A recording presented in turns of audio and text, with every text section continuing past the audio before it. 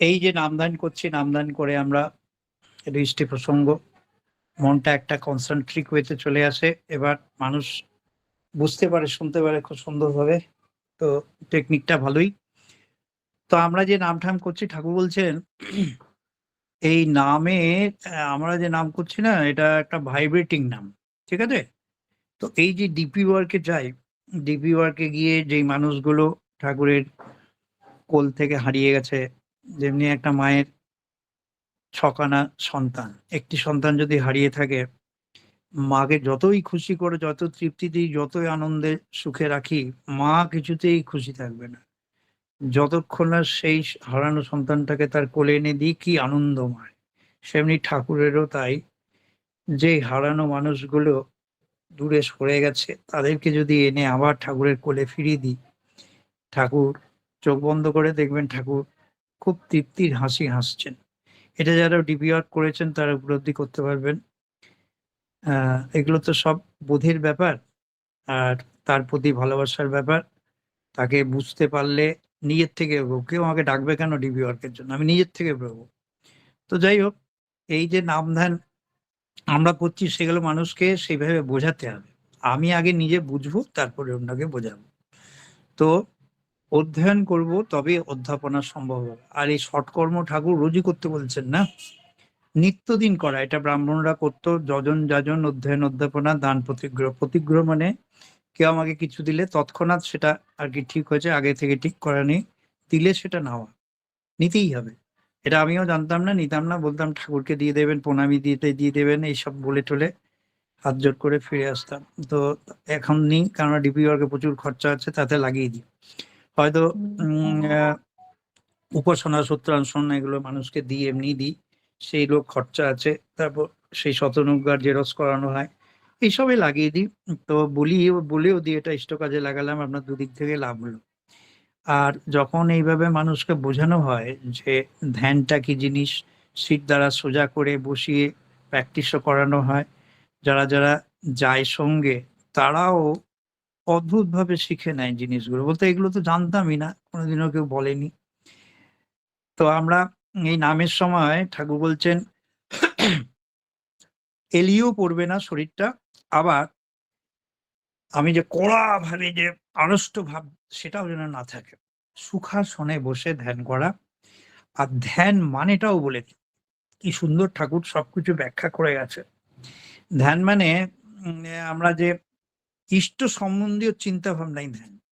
তাহলে মানে ঠাকুর বলছেন, যদি এইভাবে ভাবা যায়, কি করেছি, কি করব, কি করিনি, কেন করতে পারছি না, কি কারণে আমার কোন অসুবিধার জন্য আমি করতে পারছি না, কোন বৃত্তি প্রবৃত্তি আমাকে অসুবিধা দিচ্ছে, সেটাকে নিরাকরণ করে আবার সেই কর্মটা করে ফেলা। ঠাকুর বললেন এই জব্বর কাজ, এটাই ধ্যান। ধ্যানের সময় আমি ঠিক চিন্তা করবো, দাদা বলেছেন যে ডিপি ওয়ার্ক, আচার্যদেব বলছেন বারবার ডিপি ওয়ার্ক, ঠাকুর বলেছেন যাজন, যেটা আমাদের করা হয় না। সেই বাড়ি বাড়ি যাব, বাড়ি বাড়ি গিয়ে সেটা করবো, এইসব চিন্তা করছি ধ্যানের সময়। এই যে এতক্ষণ আধ ঘন্টা হলো, এইসবই চিন্তা করবো ঠাকুর কি বলেছেন করতে। তা আমি হয়তো নিরামিষ খাই না, ওগুলোই চিন্তা করবো। মাছ মাংস খাসনি, আর পেঁয়াজ রসুন কি করে ছাড়তে পারি। মানুষ আপন টাকা পর, কি করে এটা সম্ভব? মানুষকে কিভাবে টাকাকে পর ভেবে মানুষকে আপন করবো, এটা কিভাবে করবো? এইসব চিন্তা ভাবনা যাতে আমি পারি, এইগুলোই কিন্তু ধ্যান, ঠিক আছে? তো ঠাকুর কি বলেছেন করতে, কিভাবে করব, এইসব চিন্তা ভাবনা। ঠাকুর বললেন জব্বর কাজ। আমরা অ্যাকচুয়ালি কনসেন্ট্রেশন করি। ঠাকুরকে বললে, ঠাকুর এই চক্র তো আসে না, এই চক্র ধ্যান করি। বলো আসুক না আসুক, তিনি বলেছেন আমি করে যাব। আবার একজন প্রশ্ন করলো, চক্র ছাড়া হবে না? বললো না, তাছাড়াও যে হবে না তা না, এটা একটা চাপ দেওয়ার জন্য। তো আমরা কনসেন্ট্রেট করি, ইষ্ট সম্বন্ধীয় চিন্তা চক্রের মধ্যে তার ছবিটা থাকে, তাকে মনন জনন সবকিছুর মধ্যে তাকে নিয়ে আসা আর কি। সেই জন্যে এই যে আমরা নাম করছি, নামটা হচ্ছে আমরা ধুনাত্মক নাম করি। এই যে এতক্ষণ আধ ঘন্টা হলো, এইগুলো ধুনাত্মক নাম করলাম। ধুনাত্মক নাম হলো ভাইব্রেটিং নাম, এতে স্পন্দনাত্মক, ভাইব্রেট করে। আর ধনাত্মক নাম, ধনাত্মক নাম, আর ভাবাত্মক। ধনাত্মক হলো এই ওং, হিং, ক্লিং, এগুলো ধনাত্মক, তাতে শব্দ আছে। আর দুর্গা কালী এগুলো সব ভাবাত্মক। ঠাকুর বলছেন এই যে ধনাত্মক আমরা করি, এতে আমাদের যে সেলস গুলো আছে না, তাদের অক্সিডেশনের, আমরা অক্সিজেন নিচ্ছি, তার একটা লেয়ার পড়ে যায় অক্সাইডের, যেমনি মোর্চা পড়ে যায় না লোহার, তাতে টুং করে লোহার কিছু দিয়ে মারলে একটা ঝনঝন করে ওটা ভাইব্রেট, জংগুলো সব পড়ে যায়, তেমনি এই নাম যখন ভাইব্রেট করায়, এই চৌকিতে বসে যদি নাম করি, ঘন্টার পরে চৌকিটা কিন্তু নড়তে থাকবে। খেয়াল করেছেন কিনা জানি না। সিট দ্বারা সোজা করে ঠাকুর বলছেন নাম করতে, সুখাসনে বসে। কেন সিট দ্বারা সোজা? এটা কি আমরা কাউকে প্রশ্ন করেছি? কারণ আছে। এই যে একটা কীর্তন শুরু হয়েছে যে আমরা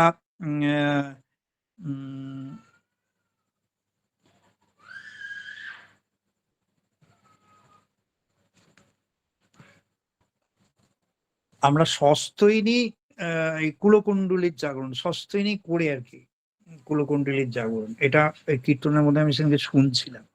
অ্যাকচুয়ালি ঠাকুরকে প্রশ্ন করা ছিল কুলকুণ্ডলীর জাগরণটা কি। ঠাকুর বললেন এই যে আমাদের শিরদাঁড়াটা আমরা ঝুঁকে, অনেকে যারা ব্যায়াম ঠ্যাম করি, যোগা করি, ঝুঁকে হাঁটুর মধ্যে নাকটাও সাটিয়ে দিই। কিভাবে সম্ভব? সেই শিরদাঁড়াটা, যে একটা রড থাকে না, ছোট ছোট গোল গোল কাঠে ইয়ে হাড়ের ইয়ে থাকে, একটার পর একটা লাগানো থাকে, এইভাবে শিরদাঁড়া তৈরি হয়। তো ঝুঁকতে পারি ডান দিক বাদিক, সামনে পেছনে সব দিক। তো সেইগুলো যখন থাকে না, ভেতরে যে লিকুইডটা থাকে, সেটা ওই ভাইব্রেশনের ফলে ওপরে উঠতে থাকে, আর যখন ওপরে উঠে না, এই ধাক্কা খায়। ওটা তো একটার উপর একটা, কখনো ডান দিকে ধাক্কা খেয়ে মাদিকে যায়, মাদিকে ধাক্কা খেয়ে ডান দিকে, সাপের মতো ওঠানামা করে। তাই ওভাবে সাপের সঙ্গে তুলনা করা হয়েছে। কুলকুণ্ডলীর জাগরণ, জানি না কারো হয়েছে কিনা, যার হয়েছে সে বুঝতে পারবেন এটা।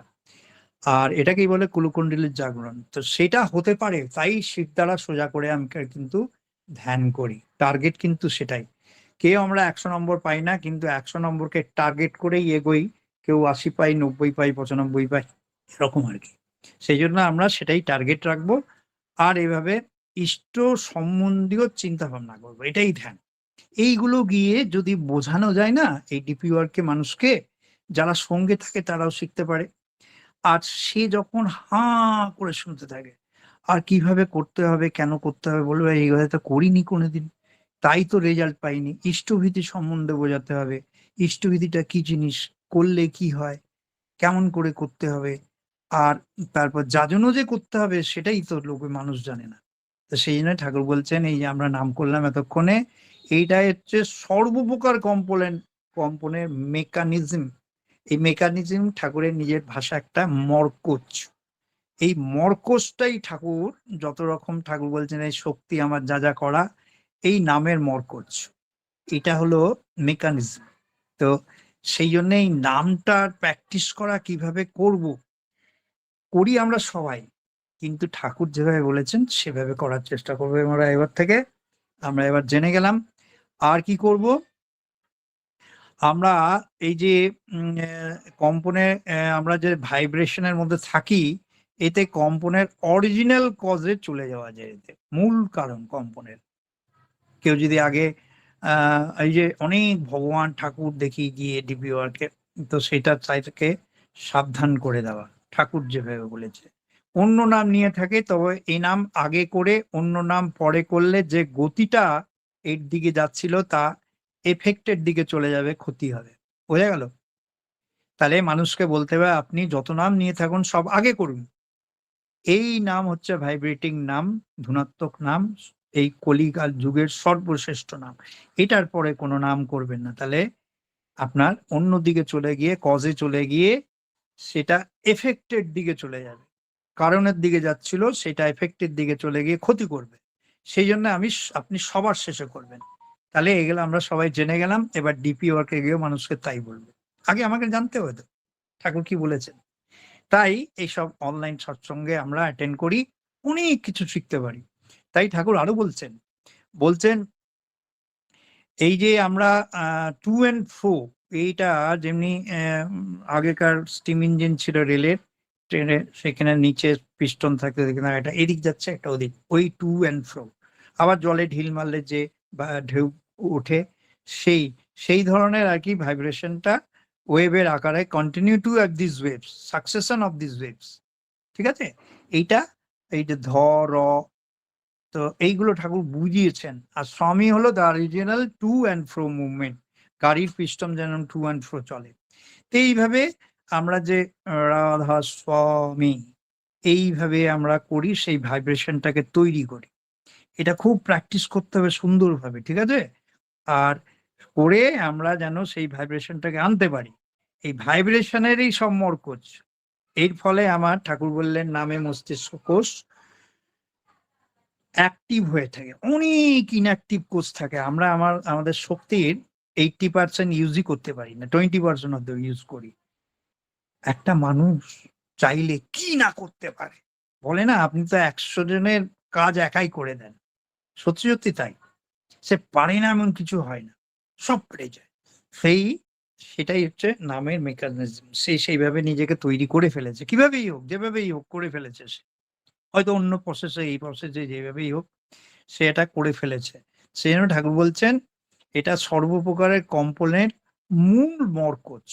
সেই জন্যে ১ ঘন্টা যেমন একটা ঘন্টা বাজানো হলো, তার টু অ্যান্ড ফ্রো মুভমেন্ট হবে, ভাইব্রেশন। শব্দটা যেমন স্বামী, যেমন রাধা, যত নাম মনে মনে করা যায় তত নার্ভের ওপর প্রেশার পড়ে। একজন প্রশ্ন করেছিল, ঠাকুর জোরে জোরে নাম করা যায় না, রাধাস্বামী রাধাস্বামী জোরে? বললো করা যায়, তবে অত এফেক্ট পাওয়া যাবে না। অনেকে ভয়ে, অনেকে ঘাবড়ে না চেঁচিয়ে চেঁচিয়ে রাধাস্বামী রাধা, এই একটা দুর্ঘটনা ঘটছে, এইভাবে কি হলো, ধ্বংস হয়ে যাচ্ছে, পড়ে যাচ্ছে, খুব জোরে জোরে চাচ্ছে, অটোমেটিক এসে যায়, কিন্তু ওতে বেশি লাভ হয় না। করতে পারি, কিন্তু মনে মনে করলে তার এফেক্টটা বেশি হয়, নার্ভের উপর একটা চাপ পড়ে, ভাইব্রেশনটা বেড়ে যায় তত। সেই জন্য আমাদের এই যে সেলস আর নার্ভ দিয়ে তৈরি, নার্ভের উপর প্রেশার পড়ে আর সেলস এর উপর সেই ইনঅ্যাক্টিভ সেলস গুলোকে অ্যাক্টিভ করে। তাই ঠাকুর বলছেন নামে মানুষকে তীক্ষ্ণ করে, ধ্যানে মানুষকে স্থির ও গ্রহণ করে। সেই জন্য এই নাম ধ্যান এত ইম্পর্টেন্ট। সেই জন্য ডিপি ওয়ার্কে গিয়ে এইভাবে শিখিয়ে, এইভাবে করিয়ে, সমস্ত কিছু চক্র নিয়ে গিয়ে এইভাবে মানুষকে শিখিয়ে যখন আসি, সেই যজন করা আমার হয়ে গেল। আমি তো না করে তো যাব না, সুতরাং আমার যজন হয়েছে, যাজন হয়ে গেল ওখানে। আর অধ্যয়নের জন্য অনেক পড়তে হয়েছে, আর অধ্যাপনা হয়ে গেল, শিক্ষাদান। তাকে যে এত কিছু শেখালাম, শিক্ষাদান। এবার দান প্রতিগ্রহ, ওই যে সত্যানুসরণ এগুলো দিই, বাচ্চাদের টফি দিই, তাহলে কাপড়, সাদা কাপড় পেতে ঠাকুরকে সাজিয়ে আসি। হয়তো বড় বড় সিংহাসন ঠাকুর, ঠাকুর কোনায় মধ্যে সেই ঠাকুরকে সুন্দর করে সাজিয়ে রেখে, ঠাকুর বর্তা পরমা এগুলো সব থাকে, তাদের রেখে আসি, তারাও খুব খুশি হয়, চুপচাপ থাকে, আমরাই সব সাজিয়ে দিই। হয়তো ঘরে কোনো বীজবোটে বাক্স ফাক্স আছে, না পেলাম বাইরে থেকে এনে জোগাড় করে। এইভাবে যদি করতে পারি না, দেখবেন মনে কি আনন্দ, আর চোখ বুঝবেন, দেখবেন ঠাকুর কি তৃপ্তির হাসি হাসছে আপনার দিকে তাকিয়ে। আর সেই জন্য আচার্যদেব বলেছেন এই ডিপি ওয়ার্কের কথা। ঠাকুর বলছেন, ঠাকুরকে প্রশ্ন করা হয় ঠাকুর কি করবো, ঠাকুর বললেন এই 3টে জিনিস, যজন যজন ইষ্টবিধি। যখনই যে প্রশ্ন করতো ঠাকুর কি করা যায়, কি করবো বলুন তো, বলে ওই যজন যজন ইষ্টবিধি। তাহলে কারণ মিনিমাম 3টে পায়া চাই একটা টেবিলকে ফিক্স রাখতে গেলে। দেখবেন একটা টেবিল মিনিমাম 3টে পায়া, 4টা হলে ভালো, 5টা হলে তো আর কথাই নেই। সেই জন্যে একটা পায়েও যদি নড়বড় থাকে না, টেবিলে কিছু একটা দাঁই করে পড়ে যাবে, তাহলে টেবিলটা তো কাজের রইল না। সেমনি আমার জীবনটাও এই নড়বড়ে থাকে, যজন একটু নামদান ইষ্টভীতি করে বেরিয়ে যায়, যাজনটা করা হয় না। তাই আচার্যদের দয়া করেছেন, এটা মনে রাখতে হবে। তিনি বলছেন জোর করে, ঠাকুর এরকম বলতেন ইষ্টভীতি কর, এটা কর, সেটা কর। পরে মানুষ নিজের থেকে জোর করে, হাত জোর করে বলে ইষ্টভীতিটা আজকেই তাদের নিয়ে নিন, কাউন্টার বন্ধ করবেন না, দয়া করে আপনার পায়ে পড়ছে, নিয়ে নিন, নিন। মানে ইষ্টবিধি করলে যে তার মঙ্গল 30 দিনের দিন দিতেই হবে, এটা মানুষ জেনে গেছে। এই না ডিপি ওয়ার্কও যখন মানুষ জেনে যাবে না, তখন কাড়াকাড়ি করবে, আমাকে এই নামগুলো দিন, আমি ওই পাড়ায় যাব, আমি এইখানে করব, কাড়াকাড়ি শুরু হয়ে যাবে। মানুষ এখন বুঝছে না যে কি শক্তি এর মধ্যে রয়েছে। মানুষ একেবারে কোথায় চলে যাবে, জীবন তো নড়বড়ে থাকবেই না, তার জীবনে একটা ব্যালেন্স এসে যাবে। সব কিছুতে ব্যালেন্স। এই দড়ির উপর দিয়ে হাঁটছি, আমরা দেখতাম ছোটবেলায়, ডান দিকেও না বাঁ দিকেও না, ঠিক একটু বাঁ দিক হলে পড়ে যাবে, একটু ডান দিক। ওই ব্যালেন্সটা আমাদের জীবনে চাই। সেই ব্যালেন্সটা এসে যায় সেই যাজন করার ফলে। সেই জন্য ঠাকুর বললেন, "যজন যজন ইষ্টভীতি করলে কাটে মহাভীতি।" সে তো ইষ্টভীতি করলো, কেন এই দুর্ঘটনা হোক এখন মারা গেল? আরে বাবা, ঠাকুর বলছেন যজন যজন ইষ্টভীতি করলে কাটে। ইষ্টভীতি করেছে। ঠাকুর এ বলছেন ঠিকই যে ইষ্টভীতিটা আমাদের লিভিং এর জন্য। ঠিক আছে? আর যজন যজন ইষ্টভীতি অস্তিত্বকে রক্ষা করে। আর আরো তর বর্ধনার জন্য আমরা যদি আরো উন্নতি করতে চাই, এই সস্তায়নী। সস্তায়নী করেটা কি? সস্তায়নী আমাদের এই যে আমরা গ্রহ দোষে ভুগি, নানান রকম আমরা যজন যজন ইষ্টভীতি করে অনেক রকম শক্তি অর্জন করছি, কিন্তু মঙ্গলের পথে এগোচ্ছি, কিন্তু অনেক বাধা। সেই বাধাগুলো দূরীভূতি করে সস্তায়নী। সস্তায়নী পঞ্চনীতি পালনের মাধ্যমে। সস্তায়নী নিলেই কিন্তু সস্তায়নী হয় না। খালি টাকাটা রেখে দিলাম, নিরামিষ খেলাম, তাহলে সস্তায়নী না। পঞ্চনীতি পালন, পঞ্চনীতিটা জেনে নিতে হয়। সেটা আর এখন আমি বললে অনেক সময় হয়ে যাবে, ০.৫ ঘন্টাতে হবে না। তো যেটা আমি প্রথমে চাইছি, তাই ঠাকুর বলছেন যে এইটা করলে কি হয়, আমাদের সেই গ্রহদোষও কাটে। গ্রহদোষ মানে আমরা উন্নতির দিকে যাচ্ছি, তো সেই গ্রহ হয়তো আটকে দিল আমার, সেটা উন্নতির দিকে অমঙ্গলের কারণ হয়ে দাঁড়ালো। তো এই সস্তায়নী অমঙ্গলের পথকে দূরীভূত করে, মঙ্গলের পথকে প্রশস্ত করে। তো আর গ্রহ বলে দিলেন যে দ্যাট হুইচ মেক্স ইন্টেলেক্ট অবসেট, যেটা বুদ্ধিকে ভ্রামিত করে, সেটাই হলো গ্রহ। যেমন শনি গ্রহ, রাহু গ্রহ। আমাদের বুদ্ধি কাজ করে না, শেষে ভুল ভাল করে যা করি সেটাই ভুল হয়, সেটা আর হবে না। সস্তায়নীর পঞ্চনীতি যে পালন করে, সেই জন্য একদম তীক্ষ্ণ তখুর হয়ে উঠবে। সে উন্নতি ছাড়া তার জীবনে আর কিছুই হবে না। জীবনে যারা এইভাবে পালন করছে যজন যজন ইষ্টভীতি, সস্তায়নী সদাচার, তার জীবন সুখ শান্তি আর উন্নতি ছাড়া আর কোনো কিছু থাকবে না। ভাবছেন দাদা কি বলছেন, বিপদ আপদ আসবে না? ঠাকুরকে জিজ্ঞেস করো, ঠাকুর যারা দীক্ষা নিয়েছে তাদের তো বিপদ আপদ আসে, কিন্তু তার থেকে বেরিয়ে যাওয়ার তুকটা তারা জেনে যায়। এই যজন যজন ইষ্টভীতি তার থেকে বেরিয়ে যাওয়ার তুক। বিপদ আপদ তো সবই আসবে, রোগ শোক সব আসবে। মানুষে যা ভগবান মানুষ হয়ে আসেন তারও তো হয়, ক্যান্সার হয়ে গেল, এই হয়ে গেল, জিসাসকে শুলিতে চড়িয়ে দিল, সবই হয়। 14 বছর বনবাসে পাঠিয়ে দিল, সবই হবে, যা যা হয় মানুষের। কিন্তু এই নাম ধ্যানের মরকজ আর ইষ্টভীতারা অ্যাসকেটিক ওয়েতে করতে বললেন ঠাকুর, সেগুলো সব জানা, মানুষকে বোঝানো, সেটা আবার কি তাপস ভাবে, মানে তপস্বীর মতো। ঠাকুরের ডিকশনারি কিনে আনবেন দেওঘর থেকে, অনেক ওয়ার্ড পেয়ে যাবেন। যখনই দেওঘর আমরা যাব, চপমুড়ি তো খাবোই, কিন্তু সঙ্গে যেন ১-২টো করে বই কিনে আনি।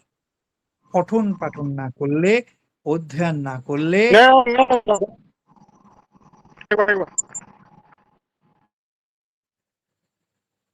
আচ্ছা, কারো মিনিট খুলে গেছিল। তো অধ্যয়ন যদি না করি, পঠন পাঠন না করি, ঠাকুর কি বলেছেন আমাকে তো কর্ম করতে হবে, আমি চাইছি, কিন্তু ঠাকুর কি বলেছেন জানবো কি করে? তাই তো এই বইগুলো কেনা। দেওঘরে গিয়ে ১-২টো করে বই নিয়ে আসবো। ১০ বার গেলাম, ২০টা বই আমার হয়ে গেল। সেটাই তো আগে পড়ি। এই অনলাইন সৎসঙ্গগুলো অ্যাটেন্ড করে অনেক কিছু শিখতে পারি। এ একটা জোয়ার এনে দিয়েছে ঠাকুরকে। অন্তত মায়েরা তো সিরিয়াল দেখছে না এই সময়, আর কোনো সিনেমাও দেখছে না। ওই সুরসুরানি সিরিয়াল না দেখে এই যে সৎসঙ্গেতে অ্যাড হয়ে রয়েছেন, তো সতের সঙ্গে যুক্ত থাকলে অসৎ হয় না, সৎসঙ্গে থাকলে অসৎ কিছু আসতে পারে না। যারা ইষ্টকে নিয়ে থাকে তাদের অনিষ্ট হয় না, যারা ভগবানকে নিয়ে থাকে তাদের শয়তান কিছু করতে পারে না, যারা ধর্মকে নিয়ে থাকে অধর্ম কিছুই করতে পারে না, যারা পজিটিভ নিয়ে থাকে নেগেটিভ তাদের জীবনে কিছুই করতে পারে না। এটাই হলো মধ্য কথা, যে কোনো একটা। ঠিক আছে? একটা যেই গ্যাপ পড়বে সঙ্গে সঙ্গে আরেকটা ঢুকে পড়বে। ঠিক আছে? সেই জন্যে যাতে ঢুকে না পড়তে পারে, তাই ঠাকুর দিলেন চলাই ফেরাই যোগ। উষায় নেশায় মন্ত্র সাধন তো আমি করছি, যখন সময় পাচ্ছি তখনই মন্ত্র সাধন ধ্যান করে নিচ্ছি। আর এই যে আমরা সাধারণত কি করি, যখন এইসব সৎসঙ্গ অ্যাটেন্ড করি, পুজো করলাম, ইষ্টভীতি, তখন ব্যাস বাকি সব চাল ডাল আটা চাল, আমরা রান্নাঘরে ঢুকলাম, এই চাকরিতে গেলাম, ব্যাস সব ভুলে গেলাম। তখন শয়তান ঢুকতে শুরু করলো, আমাকে দিয়ে সব উল্টো পাল্টা কাজ করাতে শুরু করলো। সেই জন্যে আমরা এই যে নামের মধ্যে থাকি, টিউন থাকি ঈশ্বরের সঙ্গে, তখন শয়তান আর ঢুকতে পারে না। একটা গল্প মনে হচ্ছে, একজন মুসলমান দীক্ষা নিয়েছিল। আগে কি হতো, সৎসঙ্গে ছোটবেলায় দেখতাম যে দীক্ষা নিয়েছে তাকে বলা হতো যে ঠাকুর এসে কিছু বলো। সে তো কিছুই জানে না। সে নিজের ধর্ম থেকে একটা গল্প শোনাচ্ছে। তো বললো আমি আহ, কোরআন থেকে একটা গল্প শোনাচ্ছে। সেই গল্পটা হলো একজন খুব মানে নিষ্ঠা, খুব তার নিষ্ঠা, সেই মুসলমান মৌলবি, সে 5টাই নামাজ পড়ে। তা একদিন শয়তান তাকে ঘুম পাড়িয়ে রেখেছে, সে একটা নামাজ পড়তে পারলো না। যে যখন উঠেছে দ্বিতীয় নামাজের সময়, সে সারাদিন আল্লাহ আল্লাহ করে গেল। সারাদিন এ কি আল্লাহ কি হলো, কি করলাম কি করলাম, আল্লাহ আল্লাহ আল্লাহ। শয়তান দেখছে, রে বাবা, একে তো আমি ঘুম পাড়িয়ে মুশকিলই করলাম, এ তো সারাদিন আল্লাহ আল্লাহ, অন্যদিন তো আমি এর ভেতরে ঢুকি, ঢুকে খুড়াফাতি যা করার করি, আজ তো আমি ঢুকতেই পারলাম না। পরের দিন কি করছে, ওঠাচ্ছে, মলবি ওঠো ওঠো, তোমার নামাজের সময় হয়ে গেছে যে। সেই জন্যে ঠাকুর এই কলিযুগে এসে, সেই আল্লাহ এই কলিযুগে এসে ভগবান হয়েছে, ঠাকুর হয়ে বলছেন চলায় ফেরায় জপ। এই চলাই ফেরায় জপ করলে আমরা টিউন থাকি, আর শয়তান ঢুকতে পারে না। যাই হোক, যতক্ষণ নামের মধ্যে থাকা যায়, ইষ্টের সঙ্গে যুক্ত থাকা যায়, চলাই ফেরায় জপটা অভ্যাস করব। আর ডিপিআরকে মানুষকে বলবো, এই যে মানুষ দুর্গতি দুর্ভোগের মধ্যে রয়েছে, কষ্টের মধ্যে রয়েছে, সেই কষ্টগুলো ধীরে ধীরে ধীরে ধীরে মানুষ যদি যেই কষ্ট থেকে দূরীভূত হয়, সে জীবনে আর ছাড়বে না এসটিভিতে। বলে দাদা কতবার যাই বাড়িতে, কিন্তু করে আবার ছেড়ে দেয়, করে ছেড়ে দেয়। ঠাকুর বললেন ইষ্টানুরঞ্জিত ব্যক্তিত্বই যাজনের প্রথম ও প্রধান উপাদান। এইটা বললে, এটা বলি, কিন্তু তাকে আর বলবো কি করে যে এটা করতে হবে আপনাকে, তাহলে আর ছাড়বে না, তো ইগোতে লেগে যাবে। কিন্তু আমাদের সেইগুলো বললে বুদ্ধিমানকে ইশারাই কাফি হ্যাঁ, তো সঙ্গে সঙ্গে অনেকে ধরে নেয়। তাই তো, তো সেইভাবে আমরা যদি নিজেরা করি না, আমরা যেই বাড়িতে যাব, ঠাকুর বললেন যে যেখানেই যাব বলবে বাহ মানুষটা তো খুব মিষ্টি মানুষ, সুইট ম্যান বলবে। আমাকে কি বলবে? Sweet man, man of bliss, স্বর্গীয় মানুষ। ঠাকুর বললেন অ্যাঞ্জেল লাইক হয়ে যেতে হয়। তাহলে মানুষ সঙ্গ ছাড়তে চাইবে না। বলছেন টিকটিকেরা দেখে পর্যন্ত তোমাকে শ্রদ্ধা করবে। তা আমাদের চলক বন্ধন, শ্রদ্ধা, আচার বিবাদ সব যেন খুব সুন্দর হয়ে ওঠে, ইষ্টময় থাকি যেন সারাক্ষণ। আর ইষ্টময় মানেটা বুঝতে হবে। ইষ্টময় মানে কি সারাক্ষণ সৎসঙ্গ করবো তাই না। ইষ্টময় মানে তার নীতিবিধি মেনে চলা। তিনি বললেন যেভাবে চলতে, সেভাবে আমি চলছি। প্রত্যেকটি যা সত্যানুষ্ঠানে দেওয়া আছে, এগুলো হলো সব জীবনের একটা অঙ্কের ফর্মুলা। যত জীবনে প্রবলেম আছে, সেই প্রবলেম আমরা অঙ্ক সলভ করতাম, সেই ফর্মুলা যার যত মনে থাকতো সেইগুলো অ্যাপ্লাই করে সঙ্গে সঙ্গে অঙ্ক শেষ, রাইট।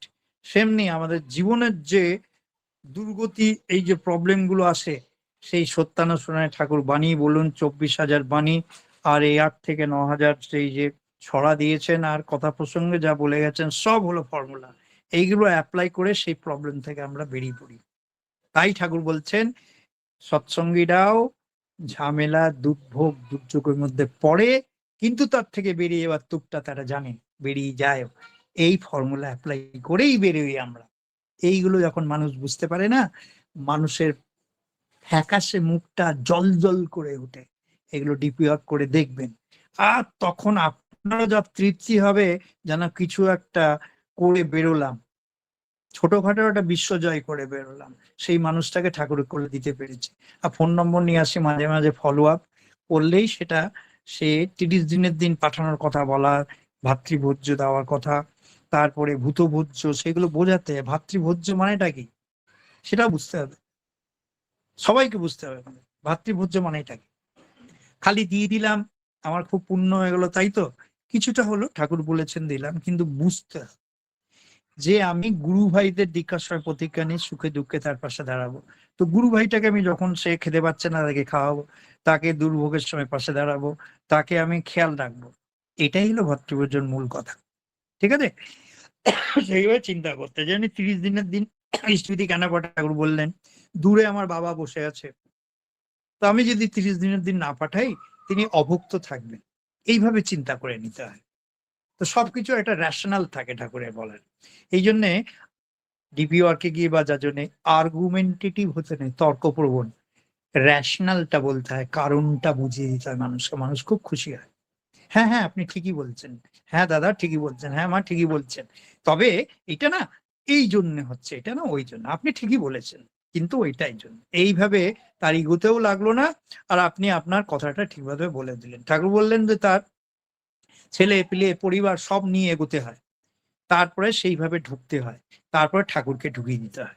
তো এইগুলো প্র্যাকটিসের ব্যাপার করতে, করতে হয়। যাজন সংকেত হয়ে আছে পড়বেন সবাই। আর এগুলো রিহার্সাল এ দেওয়ার কথা বলছেন। তো আমরা এগুলো করতে, করতে রিহার্সাল আমাদের হয়ে যায়। যারা করবেন তাদের দেখবেন যে এর চেয়ে বড় কিছু জীবনে আর নেই। এই যে আমরা অনলাইন সৎসঙ্গ করছি। এগুলো কি অধ্যয়ন? শিখছি এখানে। রেগুলার শিখছি। এই যে বাণীপাঠ হচ্ছে আমরা ধ্যান করছি, এই করছি, আলোচনা শুনছি, শিখছি। এবার অধ্যাপনা করতে হবে তো। এই যে অধ্যয়ন করলাম, শিখলাম, এবার তো শিক্ষাটা দান করতে হবে। সৎকর্ম করতে হবে। যজন, যাজন অধ্যয়ন, অধ্যাপনা, দান, প্রতিগ্রহ এই ডিপি ওয়ার্ক এর মাধ্যমে সেটা করতে পারবো। তাহলে অধ্যাপনাও শুরু করে দেবো আমরা। তো যেভাবে আচার্যদেব বলছেন আর ঠাকুরের মুখে আমরা হাসি ফোটাতে পারবো।